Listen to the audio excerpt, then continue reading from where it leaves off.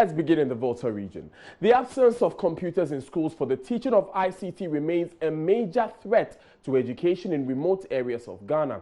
A little over a month ago, some school children in the central region were seen improvising a computer mouse with a stone during their ICT lesson. At Bomigo, an island in the Keta municipality of the Volta region today, teachers have had to use clay to mold computers and its accessories to be able to teach their pupils ICT effectively. Ivy Setoji visited the island and has come through with this report.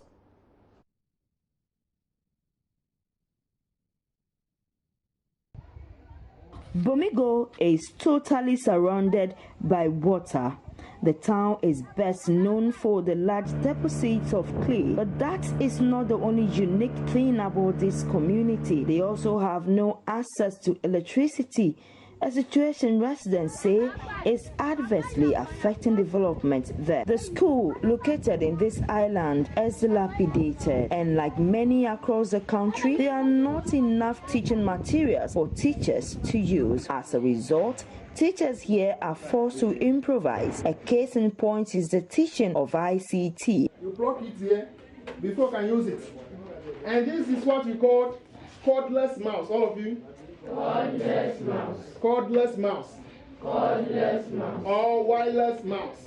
Cordless mouse. It has no cord. I hope you can see the cord for this one.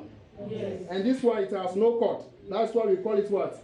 Cordless mouse. Again, cordless mouse.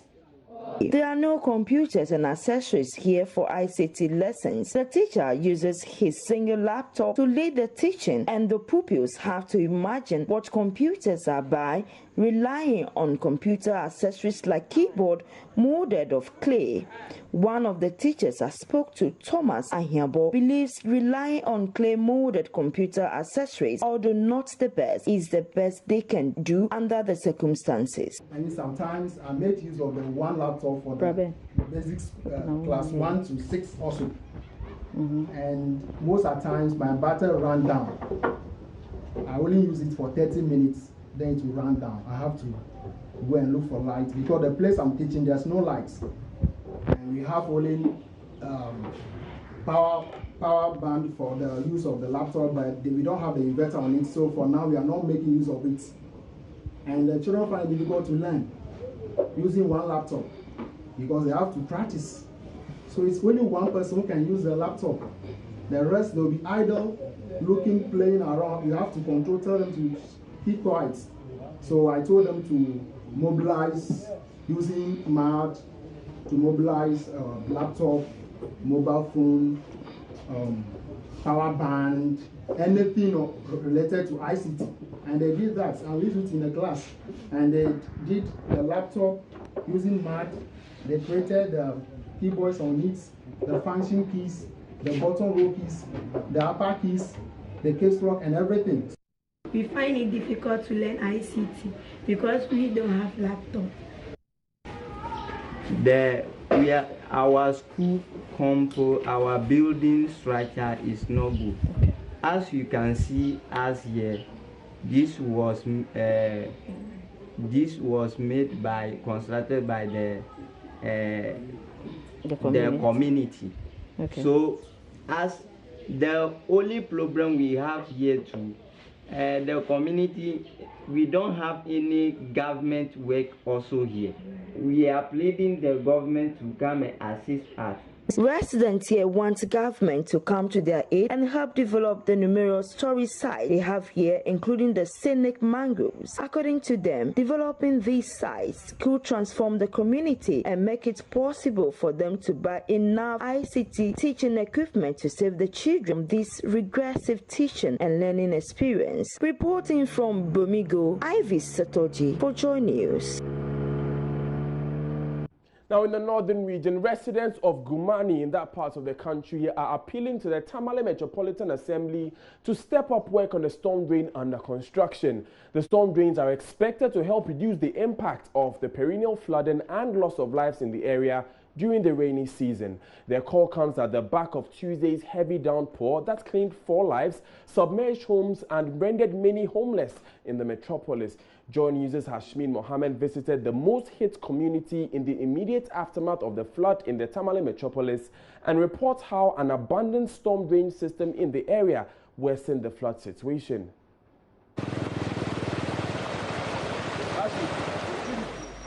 In 2014, the Tamale Metropolitan Assembly initiated the construction of a drainage system in the Gumani community to remedy perennial flooding.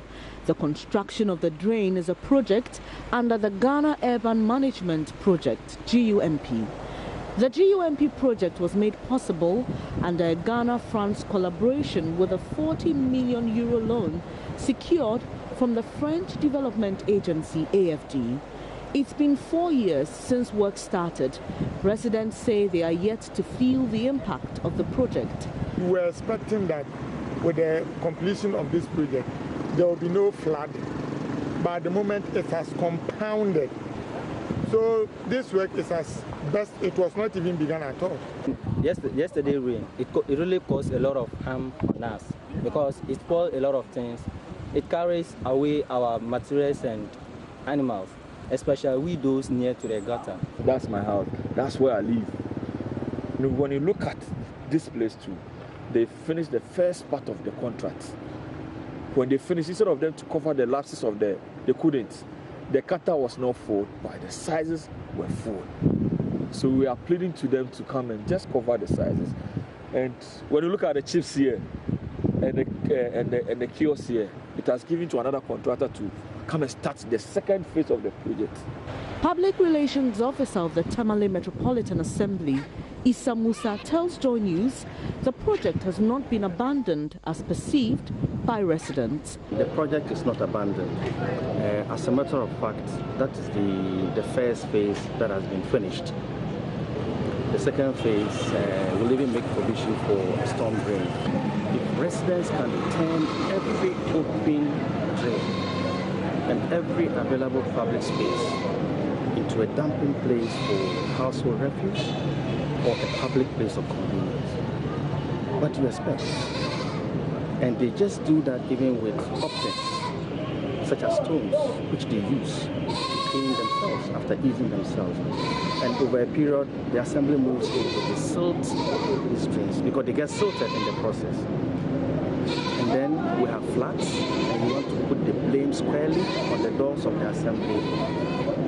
I think that we refuse to accept blame. For Joy News, a Hashmin Mohammed report from Gumani. Now, there's a looming epidemic of mango bacterial black spot disease in Ghana as an outbreak is reported in Kintampo in the Bono-Ahafo region. A plant pathologist at the Crop Research Institute says the disease has been detected in some parts of the country in the last 7 years. Zipporah Apiakubi was addressing mango farmers at Kintampo in the Bono-Ahafo region. Kwesi Debra was there and brings us this report. Bacterial black spot, often referred to as BBS, attacks mango trees, weakens the branches and causes fruits to drop prematurely. Once the disease breaks out in an area, it spreads very fast. Here is plant pathologist Zipporah Apiakubi. The disease has been in Africa, some part of Central Africa, and then Southern Africa, like Kenya, and then South Africa. But in our sub-region, West Africa, it was detected only in 2010 in 3 countries, Ghana, Burkina Faso, and then Mali. And then in Ghana, specifically, it was found in the northern region, Mali. And that time, it wasn't too severe. Then 2 years' time, 2012, it was seen in the Bono-Ahafo, Kintampo, Techima area. And that time, it was reported about 70% of the land used for mango has been affected. Mango farmer at Kintampo, Samuel Afranimo, has an unpleasant experience. I got about 40% of my produce because of the BBS. All of the fruits fell within a short time. In a matter of about 2 weeks, they were all fallen down. Another farmer and victim of the BBS, Abna, resorted to chemicals to check the spread. When the disease set in my farm, I started spraying with copper-based fungicide. And I used different fungicide every fortnight. And I started that from as early as October, first week in October, till flowering stage. Then I stopped. So when fruit set, I continued spraying with copper-based fungicide. And because of that, because I continued spraying till April, I did not see symptoms of BBS on my farm.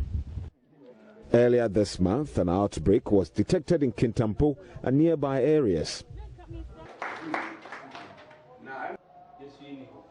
The Council for Scientific and Industrial Research is here to discuss preventive measures with farmers. Scientists warn BBS is now a major threat to mango plantations in Ghana. 2015, the disease was again seen at the eastern region, Dodowa, and then Somenya. So it means that from the northern region, 2010, the disease is spreading down south in Ghana.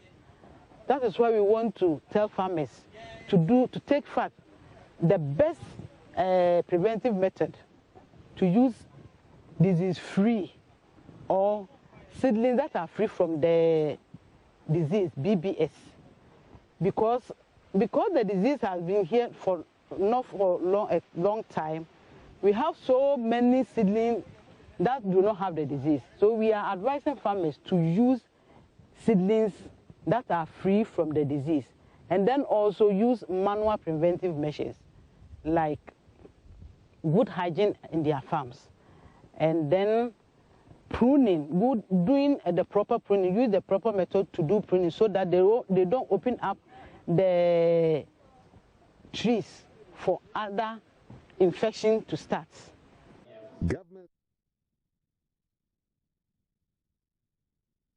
Now, a scientist at the Kwame Nkrumah University of Science and Technology has discovered a local plant for cheaper production of omega-3 eggs. Dr. Jacob Alhassan of the Department of Animal Science says the discovery will also produce the eggs at a cheaper cost.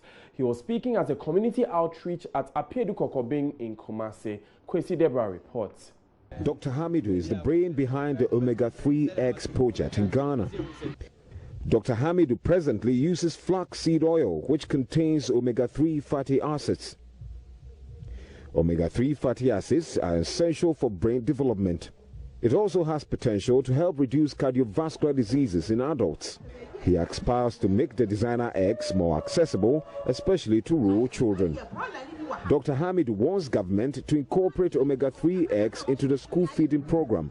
He says such a move will provide jobs along the poultry value chain.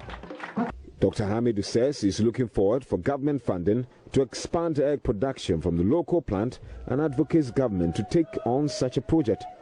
So between the years 2014 and 2016, a graduate student was put on the project, and we formulated a poultry diet based on flaxseed oil. And we gave it to the bears at 20 weeks of production until they were out of production around 70 weeks. These chickens started laying the omega-3 eggs because of the special feed that we were giving to them. So these are the eggs that we call the designer eggs. As part of this project, if we have proved the concept, we need to sensitize the population about the benefit of eggs in general and then this omega-3 eggs. And today we have used a drama to showcase the benefit of eggs. And as part of this, somebody came from outside to fund this project. What the government can do now, we have identified a particular plant in Ghana which can be used to do the enrichment and make the production of the eggs cheaper. And so we need government support. We are submitting proposals to organizations outside again, but the government, seeing this as a project that is beneficial to our national development, should come and support it. So government can best go on, and under the school feeding program, they can instruct that a child should eat 1 egg a day. If a child is going to eat 1 egg a day, they can sign a contract with the poultry farmers to produce these special eggs and supply to the schools. Reporting for Joy News, Kwesi Debra. Still to come, we'll take you live to Parliament to hear from the former Deputy Minister of Power, John Jinapor, on that latest search of his home by some fully armed police officers as part of investigations into the controversial Ameri power deal. Details shortly.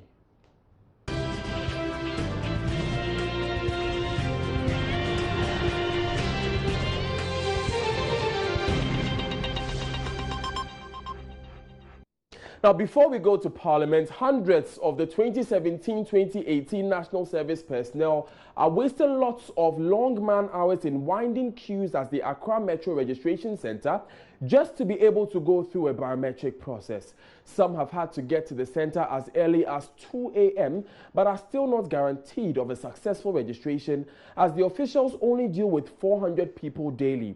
They believe the centre is made up of many service personnel and the inadequate devices for the biometric registration has compounded their woes.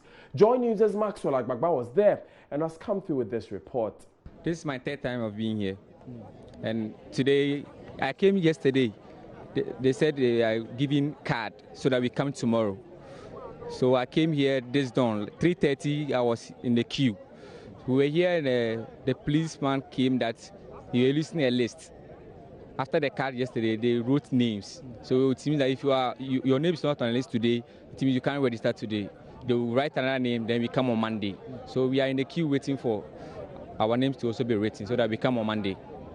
True, Monday people were collapsing, and the police people too were beating us, and a whole tedious work on Monday. So I couldn't register on Monday. I went back and came Tuesday, like 2 a.m. I was here. So I was able to You came here at 2 a.m.? Yes, 2 a.m. on Tuesday. The journey to serve Mother Ghana begins now for these prospective national service personnel. They've gathered here in their hundreds, all of them ready to go through the registration process that would begin their journey to serve the country. But that comes with its own challenges and hurdles that they would have to cross. Lots of them here have to wait in long, winding queues for many hours. Some of them not even getting the opportunity to get closer to the biometric registration device that would pick their fingerprints and other important bio data.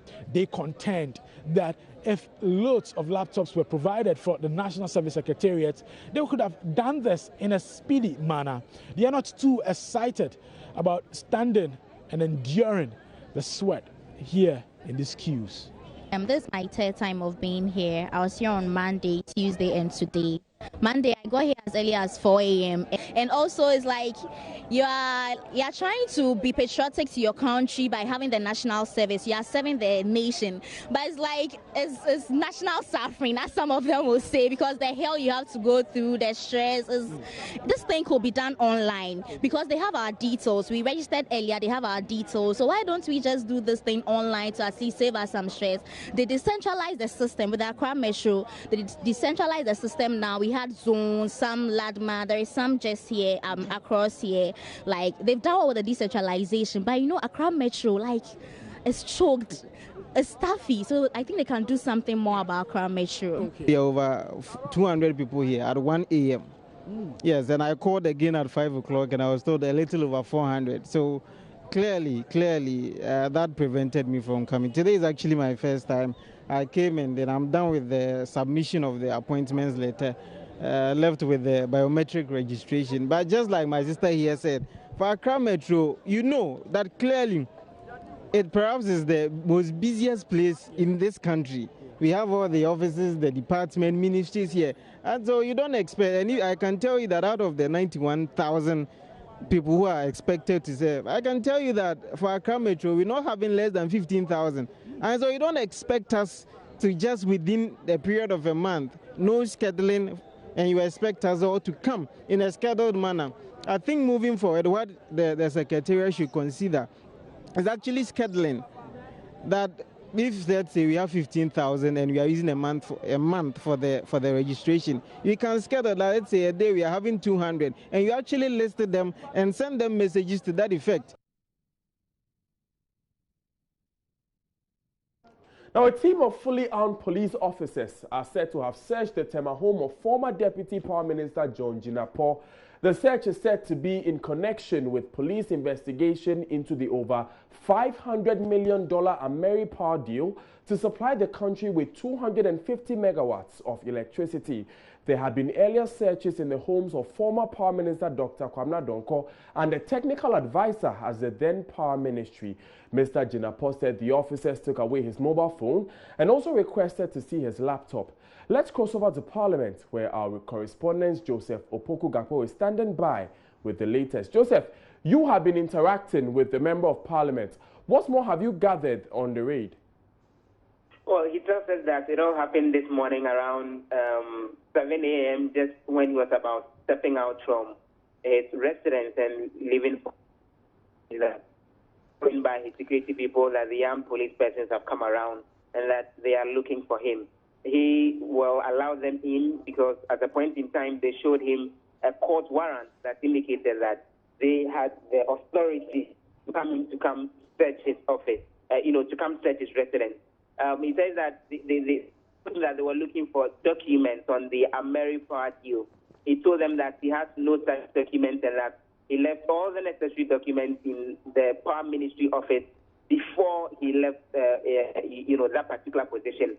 But while they still came in and searched, they didn't find any of the documents. At a point in time, they asked him to hand over his laptop, and he said that he doesn't have any at home. What he has is one that was given to him from Parliament, and so it's in Parliament House, and so they wouldn't have that. But they insisted on taking his mobile phone as well. They said that they needed to get some information of it, and so he was asked to take off the SIM card in the mobile phone, and they took the mobile phone away. He said they additionally gave him a letter indicating that on Monday at 1 o'clock, he should show up at the police headquarters. He says that the third letter is signed by one Bright Joe from the CID headquarters in Accra, and so he's been invited there. He's not sure whether he would attend that particular meeting because he knows that there is a budget review activity that will be happening on the floor of Parliament on that day. But what I can tell you again is that the Minority Caucus has just been meeting. The meeting ended a while ago in the Job 600 here in Parliament. I had a brief conversation with the Minority Chief Muntaka Mubarak, and he tells me that this is an issue that they would be raising on the floor of Parliament any moment from now as part of the push to draw the Speaker's attention to this and demand that it comes to an end, because it's coming on the back of a similar search in the residence of Dr. Kwabena Donkor, who is also a member of the minority and also a sitting member of Parliament. So beyond the meeting that the minority is having, what else is happening in Parliament today? It's expected that the health minister will be appearing to respond to a number of questions relating to the establishment of health facilities across the country. The sitting itself is beginning any moment from now, and so we'll be expecting the health minister. Also, we will be expecting that if the Speaker so wishes, the whole controversial motion seeking to get the AmeriPower deal rescinded when it comes to the parliamentary approval it got in 2015, that's also expected on the floor of Parliament, all other things being equal.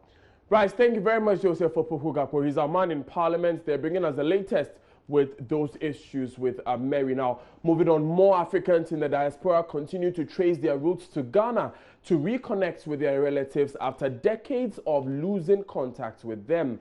Some of them who have returned and have successfully connected with their families at Elmina are promising to be good ambassadors of their hometowns and help in their development.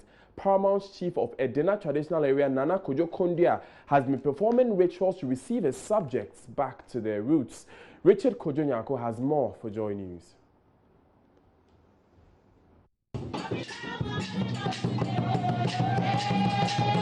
For the returnees, it was a great and a solemn moment for them to be back home. They shed tears of joy as they vowed to help contribute to the development of their respective communities.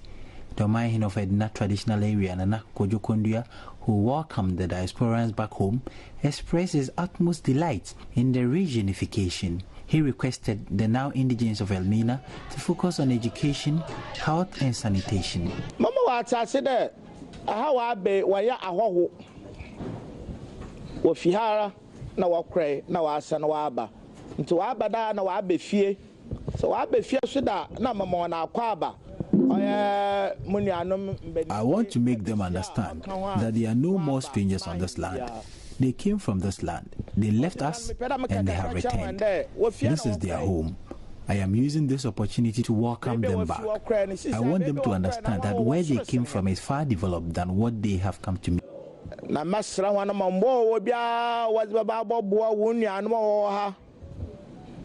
Those can one and Humasuya Obaboyan, what the photo but to Yan and Humasuyanim, yet to me that boy about 10 binuma, 1 hour home on to We pray for their support in the area of education. An educational foundation can support some of the needy parents. In the area of health and sanitation, we seriously need their help.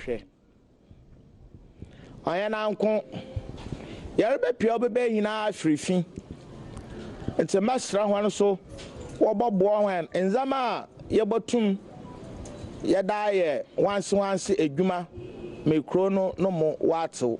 Aya Ednanko Obesan me Incro and Kenny Hinala. The returnees pledged their support to help the Elmina town as they have started moves to kickstart some of the projects. We are extremely, as a team, we are committed to Ghana through our organization we have here now called A Wealth of Women Ghana. So everything that you have asked us with respect to the appeal, know that we are committed to help in any way that we can. One of our major focus is education, health and wellness, right, and self-empowerment. So we are here in Ghana for that reason. We are committed from the U.S. We are so grateful to be on this land. You have no idea how many years we wanted to come back and be a part of, the African privilege. Because we come from America where they have white privilege, but in that space in America, we really don't have privilege, even as African Americans. So the best place for us to be is back on the home of our ancestors. So we are so happy to be here. So on behalf of our entire team here, Vincent Curtis and Dr. Wesley Bryant, know that the appeal has not fallen on deaf ears. We will absolutely, positively, unequivocally commit to providing help in any way that we can. So thank you so much. The Mahin of Edna traditional area, Nana Kodukondia, performed rituals to receive them back to his land and also pray for the protection and the blessings of the gods for them.